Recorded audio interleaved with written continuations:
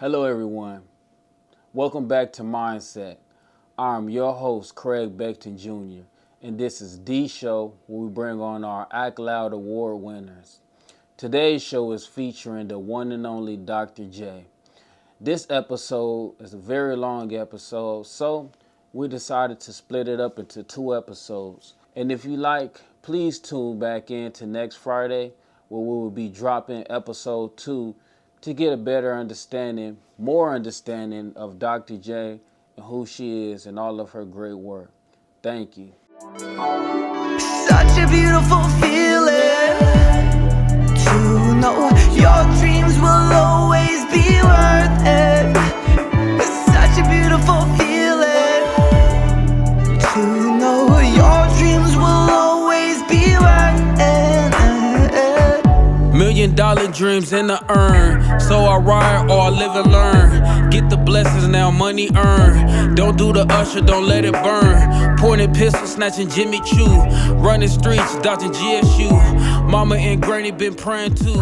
Living dreams, she can do it That was too. the sex trafficking task force, and I had that was when I kind of retired out of that, and that's when I didn't agree with the people there because their mindset was different.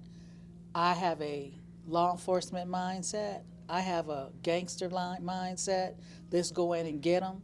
And their mindset was, like you can imagine an elementary teacher, everything's roses and, butterflies and yes and blah, blah, blah. And I'm like, you ain't in these streets at 2 o'clock in the morning with Vice trying to get these girls off the street. You don't see, you get them after they're in juvenile hall and you want to provide services, but you're not dealing with this family. The pimp is not threatening you. You're not dealing with what I'm dealing with. So to them, I was too hard. But hard is what they needed. Right. I'm going to say it. They got mad because we were in uniform and we went to a house to see about a victim. And they were mad because I wore the uniform. Well, that's I'm a policy and procedure person. I'm a rank. There's a rank that's how I'm trained. Yeah. And so our policy, I'm not going to break our policy. Just because we're on a team doesn't mean I ignore our policy and do what you want me to do, because I got to stand tall for that. So they got upset. So that kind of started the downward thing.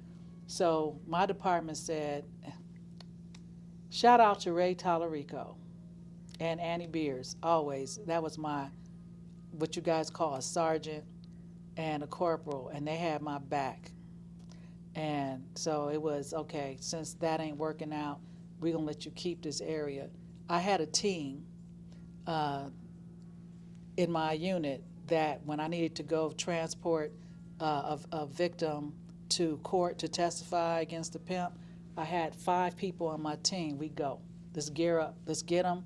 Let's go. We're going to make sure they're safe, and we're going to make sure they're safe coming back, because if they know that you're going to testify, you don't know how big these people are you're dealing with. Mm-hmm. So they could have somebody waiting for you to be transported. They could follow you. So we would go 2 cars. I'd have the victim in my car and my girl, my partner, and then people in the back. There's somebody in the back of me having my back when we rolling, and that's what we did. And it was good times. Yeah, and that's what we did. We made sure that they were safe, and if we get to court, we'd have her in a triangle, and we would protect her. We're going into court and stand in front so she can testify without having to look at her offender in the face. That's the worst thing you can do to a victim, is make them look at them. They're already scared to death. Yeah. So I had that team. I thank y'all for believing in what we were doing. I had that team, You mentioned how you would help families out with food and things. Mm-hmm. I remember that you had mentioned a while back when we was talking, you mentioned about a young man and you putting some stuff together for him to get football gear. Yes. Can you tell the viewers that story? Because I think it was a wonderful story. It was very touching.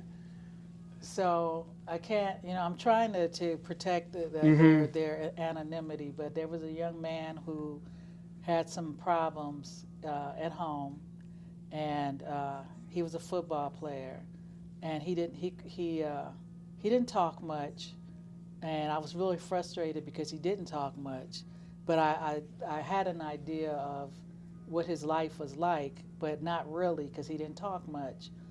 And so I would do, my regular checks, school checks, to see if you're in class and what's going on.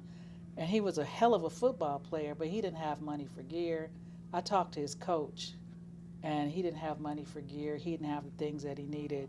Finally, something happened, and he finally told me what was going on. He finally opened up and talked to me, and I was so upset because I had already hooked this kid and took him to the hall, but I realized that was wrong. I had already called it in; it was already expected. But I said, "I'm gonna get you. I have to do this, but I'm gonna turn it around for you." So I came to court, and I explained to the judge the information that I had never gotten because he never talked, and I asked the judge to let him go, and they let him go. And I can't remember names, but there was a couple of people that we all pitched in our money, and we got the money up and to go and get his cleats, his everything he needed for football. We bought it, and we were able to get food because he was hungry because he didn't like the food that they were cooking. We went and got his own food and said, "This is his food." And he asked me to come to his game. He said they never go to a game. And I was on my own time. I didn't get paid for it. I drove, and I didn't even live in the county. I drove all the way out to his game to watch him play football. And I made sure that the coach knew to let him know that I was there. Yeah. And he saw me, and he I think they won, but I think, man, I got to see that kid run. I hope that you're playing professional ball because he was a star. He just had a lot going on, and I made sure he had all that. We all pitched in. It wasn't ever just me. It was the help of other people who had that loving kindness, godly mindset that pitched in. Yeah. And I'm going to say this because a lot of the people that pitched in to help, they were not highly melanated. They just were good people, Yeah. you know. And he was able to get what and when I brought it to him, I called him in. He thought he was going to get arrested because usually I don't call him in like that. And he came in the room. I had somebody. I don't. I think it was. I can't think of his name, but I could see his face. We came in together, and I'm geared up, and the other one's not because he's a probation corrections officer. He just works in our unit, and he looked at me, and we handed him everything, and he just cried. Yeah. So, I'll never forget him. And then there's another family. He had 6 kids, and he was a single parent with 6 kids, and his son got shot. You know who you are. He's 14 years old. He got shot, and they didn't even tell me he got shot. He was on my caseload, and I found out I read the paper and found out, and so I went to the hospital, and myself and a friend, and we prayed for him. And I brought him, while he was in the hospital, I brought him an iPod so he can listen to music, brought him a shake because he didn't like the food. He got out, the father, they were homeless here, homeless there, and I gave the father resources, and he said, "You have a forever friend in me, furniture, whatever I could get people to donate." I've recently, last year, found him on Facebook and asked, because I had a dream about him, and I wanted to know that he was okay, and he said he was okay. Yeah. It took him about 3 months to answer me, but he answered me. Wow.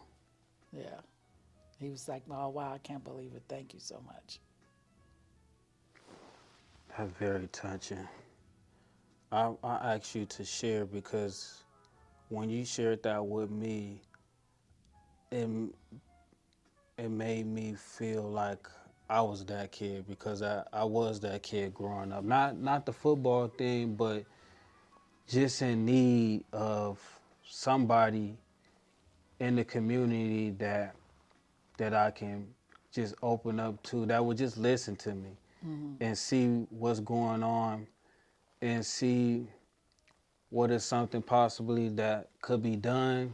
Because sometimes these young men and women, they don't necessarily know what to ask for, how to ask, or even afraid.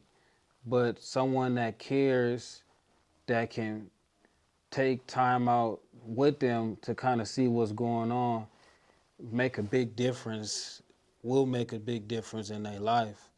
And I wish it was more stuff out like that everywhere right now, because it would have such a great impact.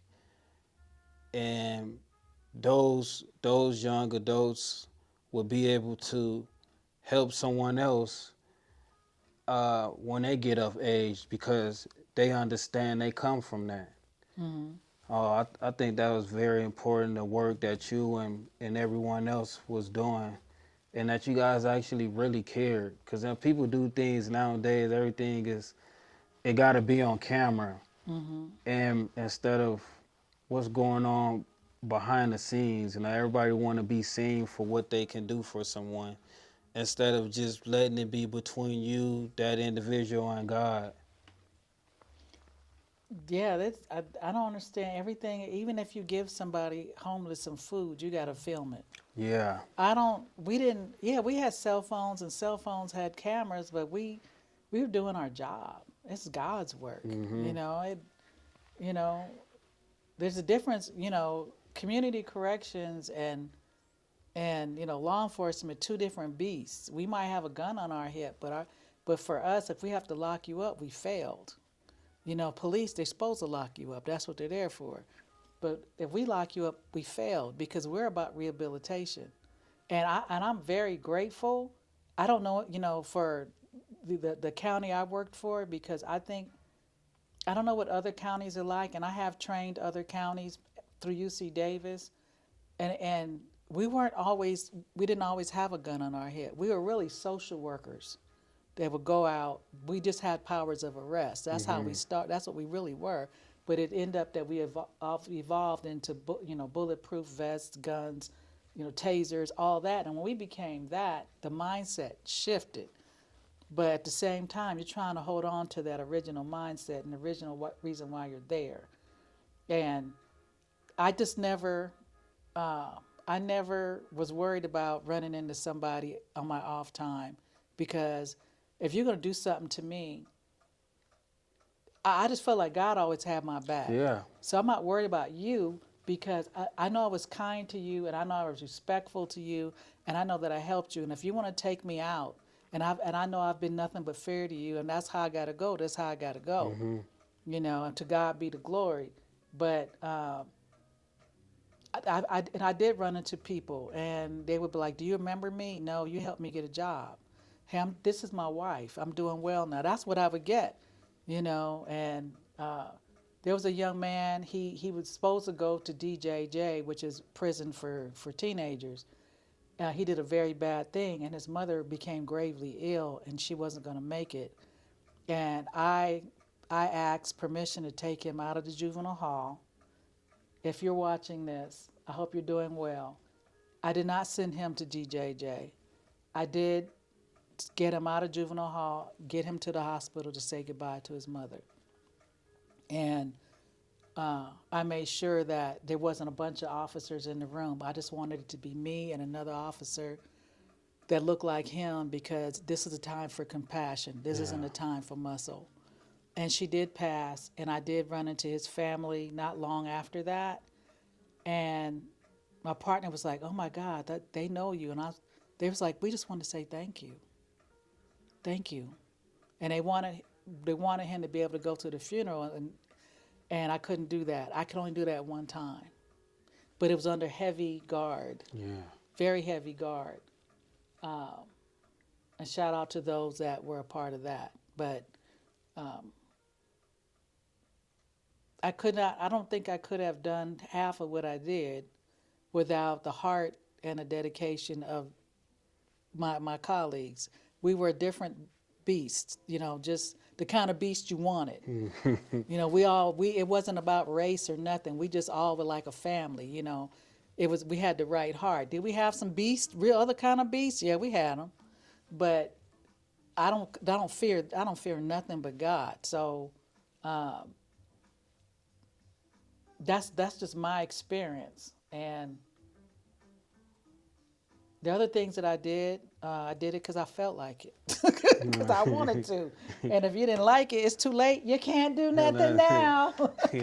I was on a mission. I came really to set the captives free. I came to make a difference. That was why I came. The money was good, but it wasn't that good.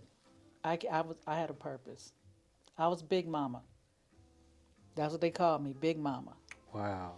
Yeah, the gang members be running. I get out the car. Why are you running? And they be like, "Oh, that's Big Mama." Then they run back. And I've had administrators say I've never seen gang members run to an officer because I'm Big Mama. Yeah. I'm trying to help you. I'm on your side. Yeah. You just got to redirect your behavior. So. Yeah. Because of probation is how I got into teaching. Okay. Yeah, that's how I got into teaching because I actually, being a school PO, I'm like, there's another avenue. And then that's how I slipped into that. I had no idea. Didn't plan none of this. So God had a plan. Yeah, I didn't plan any of it. How do you enjoy teaching? I love teaching. I don't love the mentality of the kids now, the students. Since COVID, it flipped. And so I'm happy to see them come out of their shell. But directly after COVID, it was very hard to teach because everyone had mental health issues. Yeah. I would imagine being locked in for that amount of time, and then riots and stuff was going, all of this stuff on the news, and a big part of living is fellowship. That's something that we need as human beings. So, take that away, and then being alone and isolated, and then being inside, yeah. They didn't have to be inside, though. You guys I'll leave it alone. I know where you're going. Yeah, I'll leave it alone. And you're right. You definitely right. What do you teach? Well, right now I teach communication studies, but I have taught African American history, African American family studies, group counseling.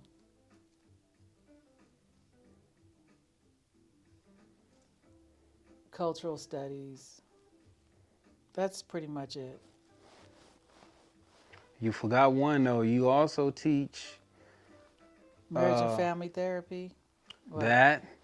Oh, and herbalism. Yes. I had to come forward. Yeah. Oh, it's all right. Yeah, I do teach family herbalism through my business, but that's not a college curriculum. That's my curriculum. Yeah. I write curriculum, so I'm good at it. And it's wonderful. It's great. Now that we've shifted, we've unpacked a lot. May you tell us who J. Harrell-Sims is? Yah's herbalist. So Yah's herbalist, Yahuwah, Yahweh, God's herbalist. So holistic health is, you have your New Age movement and you have all these different things. And holistic health is mind, body, spirit. It's the whole person. And the question is, what spirit? You got to look at what spirit are you looking at. And the spirit that drives me is the spirit of Elohim, the Most High. Biblical. My Bible's sitting right there. And so Yah's herbalist, is a herbalist that I deal with herbs. I don't do energy work. I don't do Reiki. I don't do any of the crystals, tarot, none of that. That's against my faith and my belief. I will not play with it or touch it. If you do, more power to you. I don't. I strictly use the herbs that the Most High has created for the healing of man, Psalms 104:14. There's about 70 verses in the Bible that talk about healing, but healing is nothing without the blood.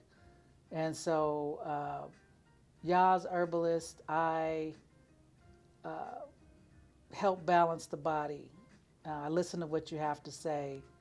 And when we go to the doctor, and shout out to all medical doctors, but I have a thorough understanding of what her name is Dr. Harriet, can't think of her last name, but it's medical apartheid. Historically, we have been mistreated in the health industrial complex. We have been operated on without anesthesia. Dr. Harrell-Sims. The reason why we have gynecology today is because of the lab rats were our sisters who were enslaved, who had no anesthesia at all and were cut open and ovaries examined and all that other stuff. So we have had the Tuskegee experiment. We have had forced sterilization. We have the highest death when it comes to birth rate and infant mortality than any other group. And many of these things are because we're not listened to, we're not looked at the same, and it's been told, I don't know how true it is, but it's been told that in medical school they are taught that highly melanated individuals have a higher pain tolerance. So when you are in pain, they will not they'll tell you take Tylenol when that's not enough. Mm-hmm. And so we suffer needlessly. You go to the doctor, he spends 10 minutes with you, and this is what's wrong.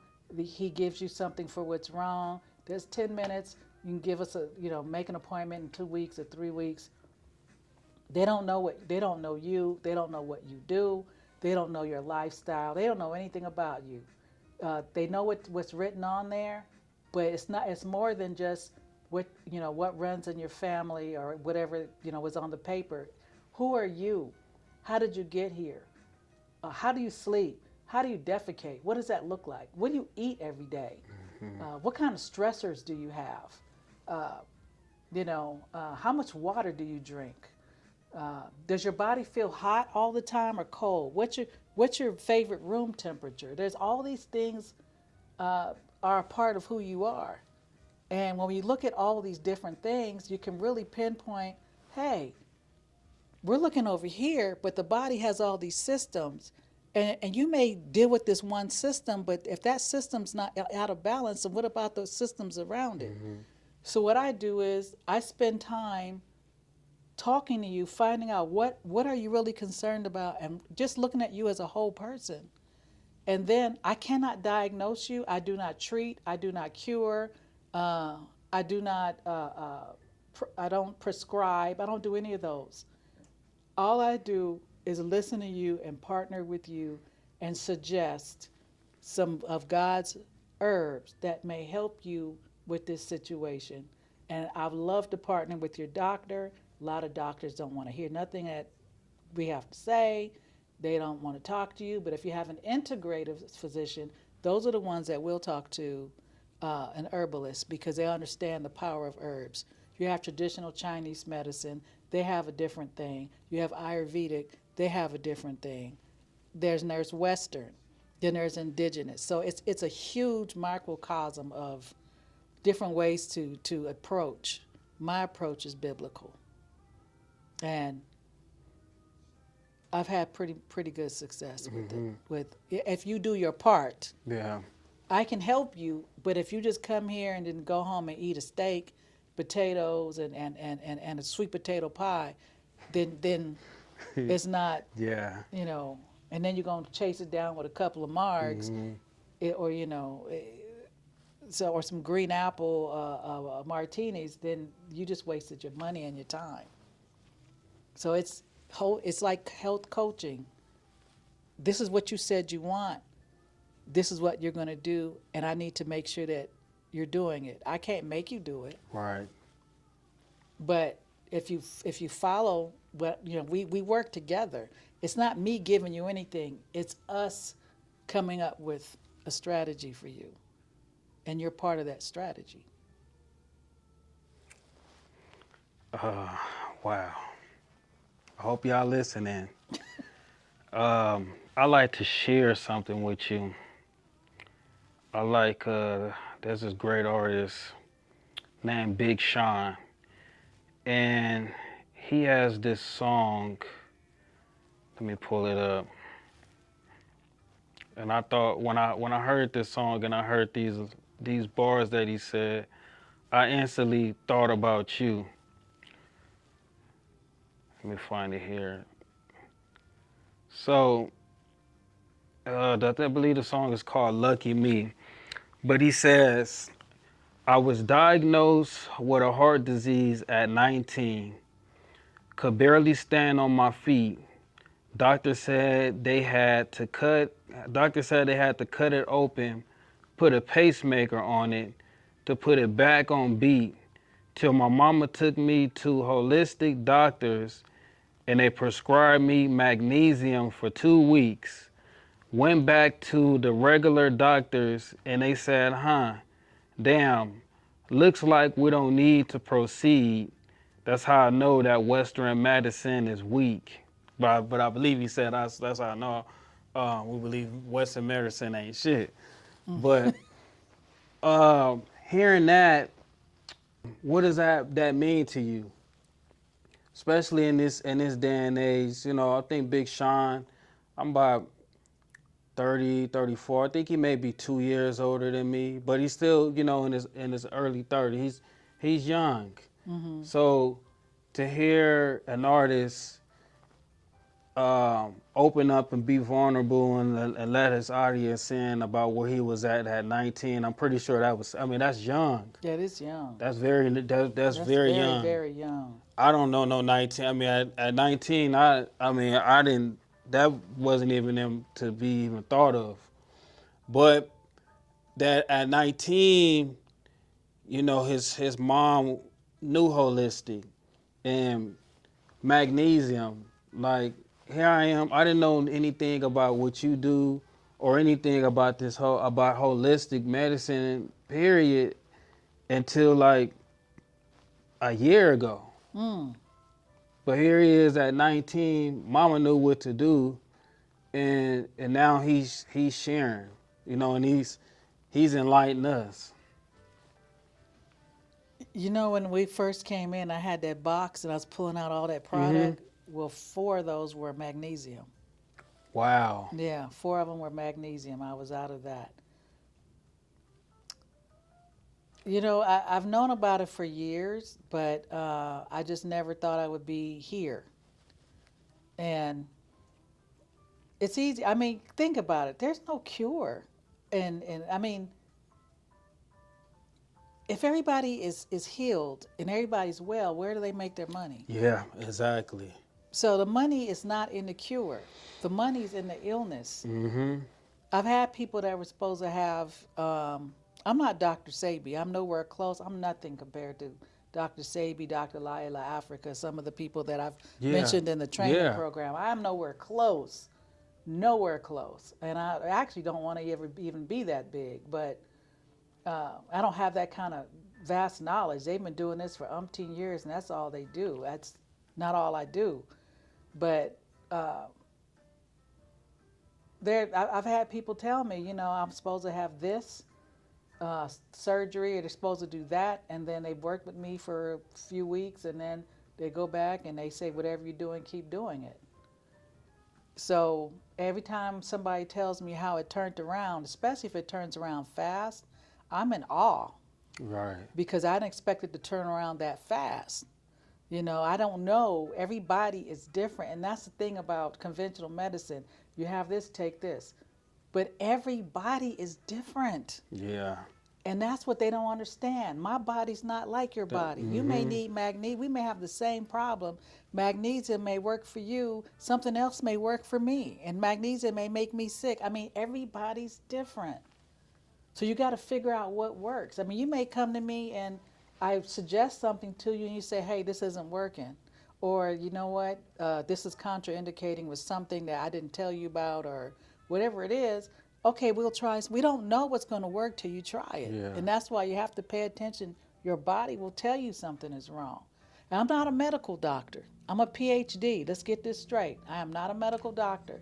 But a Ph.D. is the highest degree in the world, and we're the researchers. I just know how to do good research, and I read medical journals, so I try to keep up with certain things, but I only have a certain amount of knowledge, and anything outside of that is too vast for me at this point in my life. Mm-hmm. You know, I don't want to go all out. This is what I know, this is what I deal with, and sometimes something will come to me that I'm not familiar with, but I want to just do some research on it. And yes, I have a mentor, and I can't mention his name. He's incognito. But I have a mentor, and there's something that is way beyond me. I don't know. I did the research, can't figure it out. I will call him in a heartbeat. And he'll tell, and he has never not been able to tell me what to do. Mm. He's been doing this since the 70s.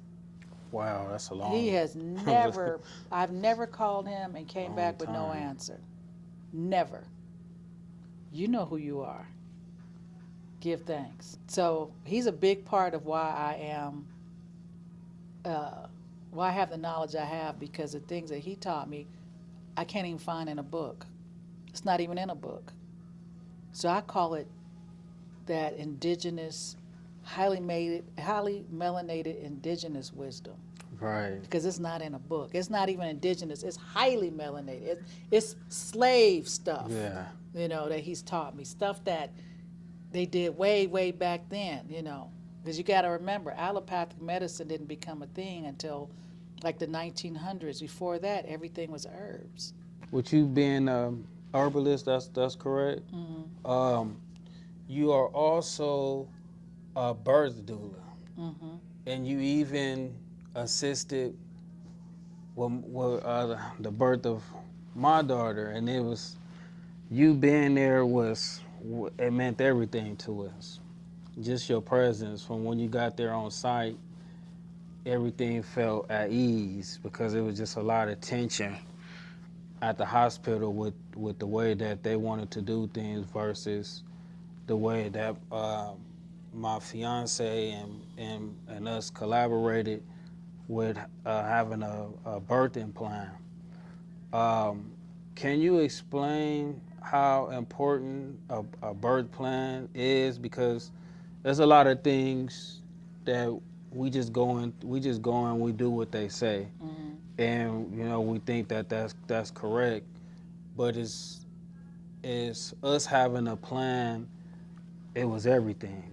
It made everything go a lot smoother. Even some things, you know, here and there they gave a little, you know, pushback, but Mm-hmm. it was in the plan. So if it went too far, then you know we got something to hold against you know the doctor and the hospital. Can you let the folks know how important it is to actually have a plan and what that looks like? It's very important because you'll never have that experience again. Once a baby's born, that's it. You don't have control. You don't feel like you have any control. The mother is in great pain. The father doesn't know what to do. And you remember they kind of want to ignore the father. They want to act like you don't They do. exist. Mm-hmm. That she's having she got pregnant by herself. She's having the baby by herself. I don't know what it is for other people, but I know the black experience. I've been black my whole life, and I've got children of my own, and just helped deliver my youngest grandchild. They want to, you know, to them it's so impersonal. Okay, you're pregnant, having a baby. Here we go again. They've done it a million times, so it's not personal. But the birth plan, how do you want that? I mean, how do you want this experience to be? You have to know ahead of time what can happen, what can go wrong, and if something goes wrong, how do you want that handled? How do you want, like with you all, you wanted the lavender, you wanted the music, you wanted, you know, when I gave birth, I mean, it was like all they gave me was ice chips. I couldn't even drink no water. And you guys, we made sure that there was something to drink. We made sure that you were able to go get something to eat. We made Yeah. sure that she had, some type of sustenance while she was giving birth, so she would have the strength and the energy to do that. And the ball. And the the ball, birthing ball, the yeah. birthing ball was a game changer for her because she could, it helps relieve the tension, and then being able to be in different positions. Like Yes. the hospital have you just one position, and you're working against gravity. But so far, every birth that I've done, except for one, has been on all fours. Like, and that helps. And yeah, you have to reach up under, but you wanna. Do you want to have medication? Do you want Pitocin? Do you want an epidural, or do you want to try to do this naturally? Do you know how to breathe? I mean, that's what a doula does. A doula prepares you. Hey, you're 36 weeks. You need to get out. Some people, oh, I'm pregnant. I just want to lay here. I'm not gonna do anything. I'm pregnant. I'm disabled. No, you're not. Get up and walk. Get up and jog. Get up and be active, because you're really helping your body prepare for the birth. The doula is gonna make sure that the vitamins or herb. First of all, if you're pregnant, you shouldn't be taking any herbs without careful consideration, because they could be abortifacients.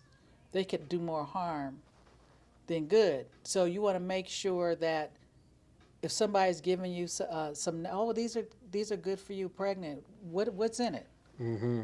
Like, I caught something in it that I'm like, oh no, you can't take this. She would have taken it. That, oh no, this is not for you to take. You want everything natural. You want to make sure you're eating right. That doula is there to give to. It's like having a coach. It's a birthing coach. That's what it is. We don't deliver the baby. Our focus is the parents. It's not just mom.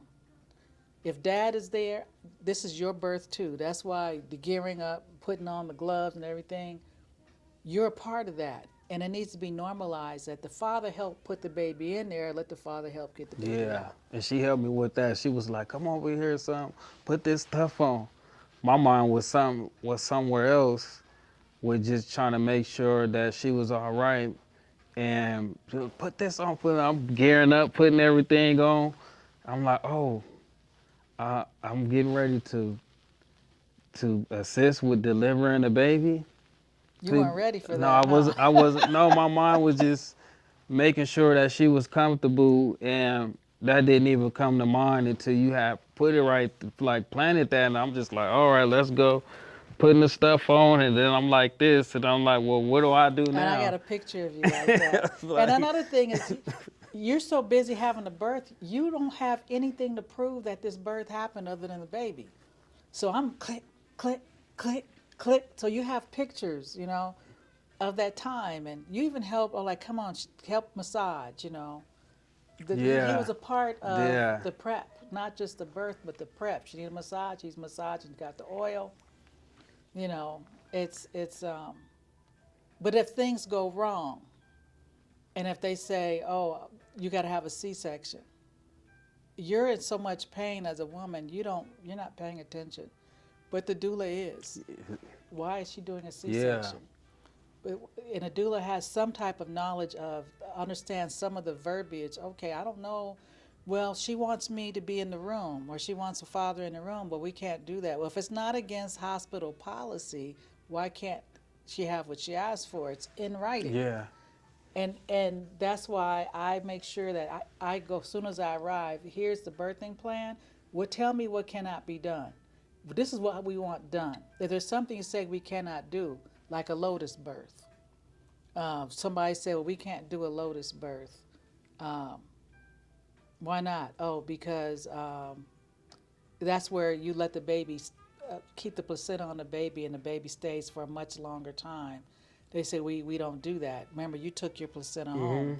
If you don't know, the placenta has a lot of minerals and vitamins. Sure does. And I've heard that hospitals can get $50,000 for your placenta. They're certainly not giving you a $50,000 discount. They sure are not. So if you don't know that you're entitled to your placenta, then they're going to take your placenta. If you want it, you have to have that in your birthing plan and be prepared to take it. Yeah. And you can bury it in the backyard, or you can have it encapsulated. It depends on your beliefs. But some people just want to take it home and bury it in the backyard because they just don't want anybody using their cells. So all these things are things to be considered, but nobody thinks about that if they don't have a doula. Yeah. Yeah. Because they'll do whatever they want.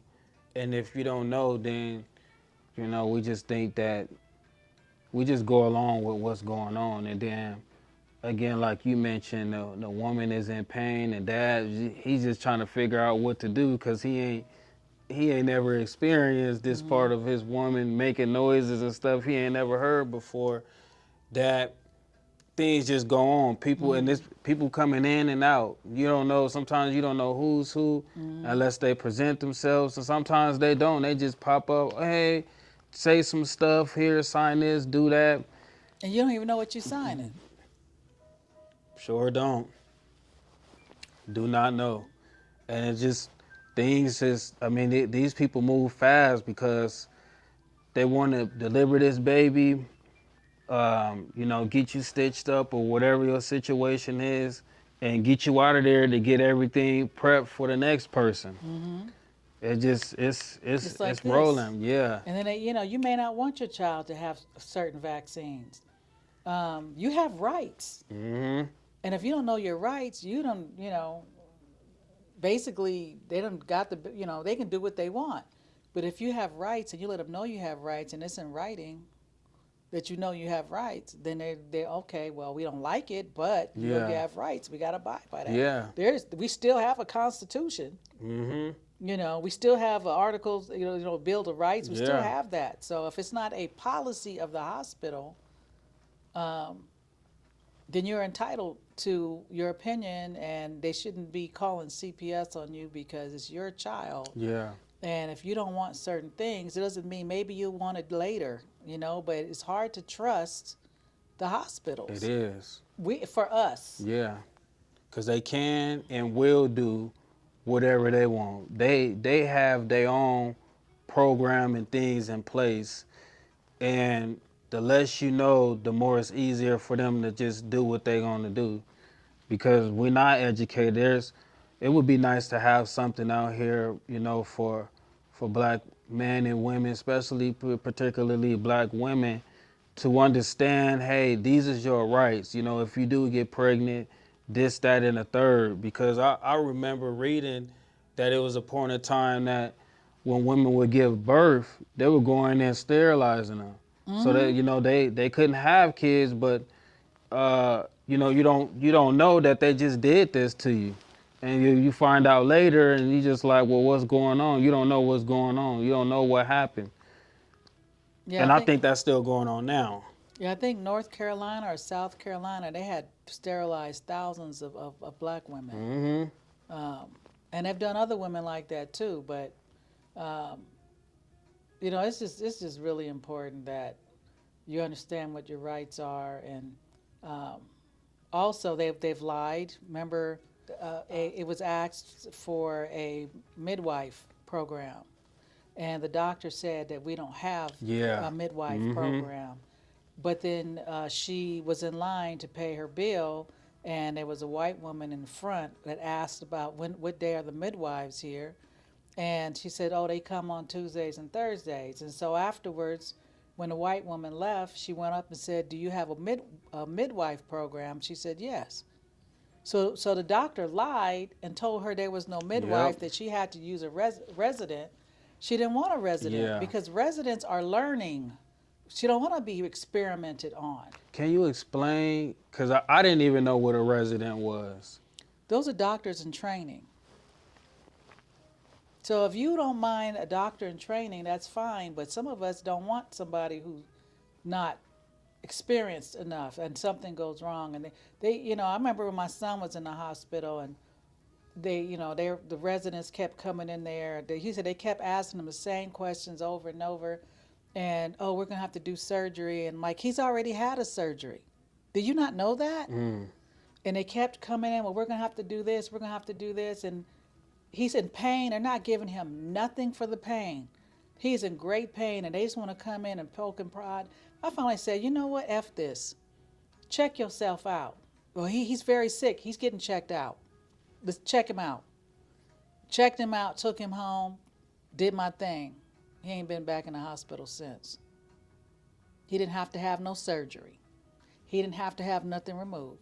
I think I think it took 24 to 48 hours. Mm. And he was right back to his regular self. But they want to go and remove something. Yeah, they want to experiment. Yeah, they want to remove. Yeah. So we gotta remove this. How can you remove something that's already removed? I said, come on, let's go. They don't know. They just trying to get their on the job training, hands on. Yeah, I mean, you gotta have training, but the person has a right to not want to be the person that you train on. So, what she is saying is that they supposed to let you know, because I've and all of the times with me and my fiance in and out the hospital, a lot of times they will just bring people, and they don't let you know that you have a right to say yes or no. It just this person coming, and I didn't even know. I didn't know she had to put me up on game. I didn't know anything about it, so I can only imagine how many of us that's going through this process and not knowing they bring this extra person, and this person is a resident, and they're saying, "Oh, well, will you be okay?" It's in the way that they ask. It could be convincing. Oh, are you okay if such and such is just here and just watches, and then next they're taking blood, they're doing this, but they don't say that you have a right To say no. to say no. They don't say that. They do not. And if you don't, know, then now you have given consent, and they're gonna do, they're gonna do it. Mm-hmm. And they don't care. It's no, yeah, they gonna run their program. And a lot of us that's why with us as black people, it's just a lot of lack of knowledge on a lot of things, especially, you being an herbalist and you mentioning that they got one medication that's just supposed to take care of everything, but as you said, everyone is different. Then they got the pimp. I call them a pimp because they talk fast, and you take this, and they go real fast, and then you like, yeah, if you slow that down, they say take this, you might end up with liver disease, or you might end up with this, and then end up with all these other things, and you just trying to go and cure one thing. Yeah. And the healthcare here, when I was in East Africa, I got ate up by sandflies. I never saw them, but oh my God, I was miserable. If I could have torn the skin off my legs and arms, I would have. That's how bad it was. I could not stop it. It was horrible. I couldn't sleep. I couldn't do nothing. I was in Zanzibar. That's where it happened. And I was in tears, and his brother took me into the jungle, and he said, you need herbs. He said, I know what you need. And he took me there, and it was lemon balm. And he said, put the rubber lemon balm. And it was in an oil, and I put it all over my legs. And almost immediately, the itching stopped. And the next day, all the welts that I had from scratching went down. And then probably like 2 days later, all of the how you get all these sores. Mm-hmm. You might be healed, but you have like chicken pox Yeah. marks. All that was gone, and that was lemon balm. So I knew then I should have had lemon balm from the beginning, and I would have never gotten bitten. Wow. And one of the ladies that was with us, she never got attacked. And I said, what did you do? She said she had lemon balm. She brought it from the States. So I just recently got attacked by some mosquitoes because my yard, we plant, we have food, and we're cleaning the yard. We're trying to maintain it, and it's a lot to maintain because of the size. and I got ate up, and I was itching, but you know what? I knew summer was coming, so I made lemon balm oil, and I ran up in here. I left home. I came in here on a Saturday or a Sunday. I grabbed a bottle. I just didn't leave much. Gone. Lemon balm oil. Yeah, gone. So um, you could use lemon balm, or now they have these things, these pharmaceuticals. You spray them, and it's supposed to help you. It did not help nothing. You did that spray. I forgot what you call it.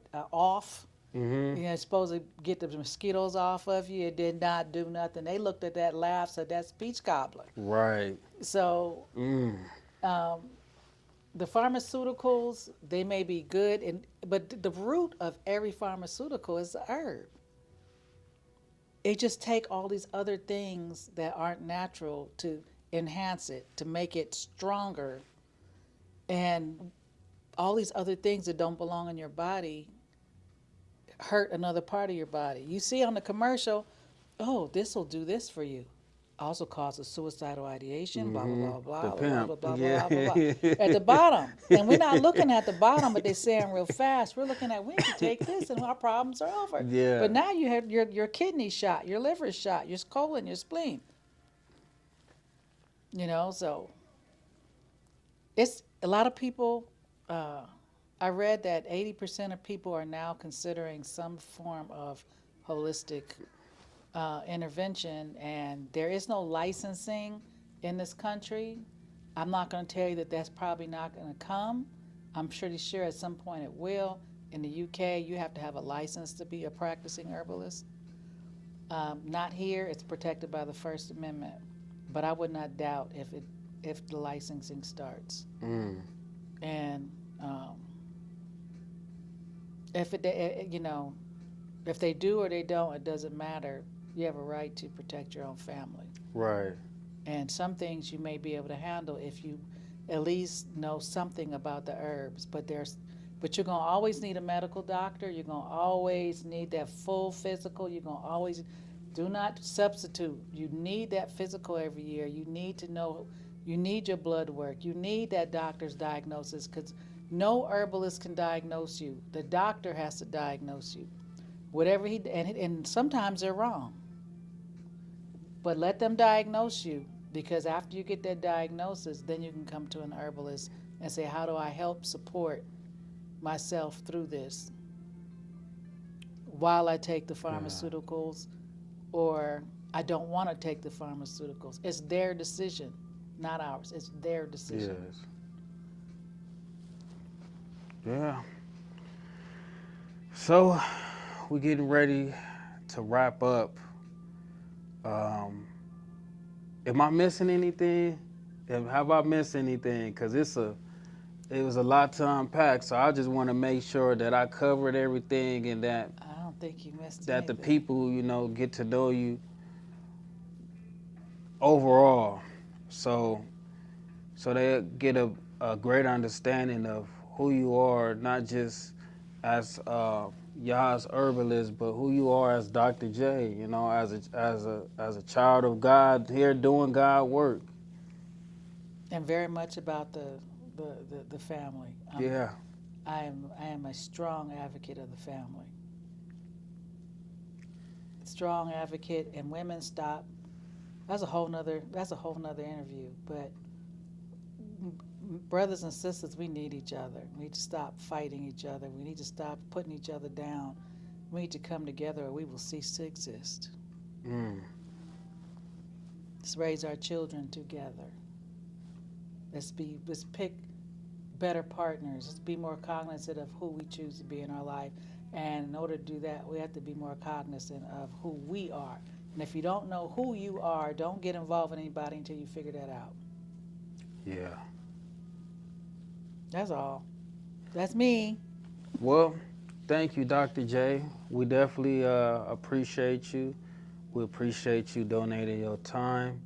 And also, again, congratulations on receiving the Act Loud Award. Thank you. That was an honor. I thank you for having opportunity to be interviewed, act loud. You know, it's needed, it's necessary, and there's a lot of wonderful people doing wonderful things that don't get any recognition. And so I'm very grateful to you and Act Loud for giving us this opportunity. It feels like I don't do nothing. Why do you want to interview me? But maybe some of us don't realize the impact that we have, and we thank you and Act Loud for, seeing that in us. Yes, yes, indeed, and we thank you.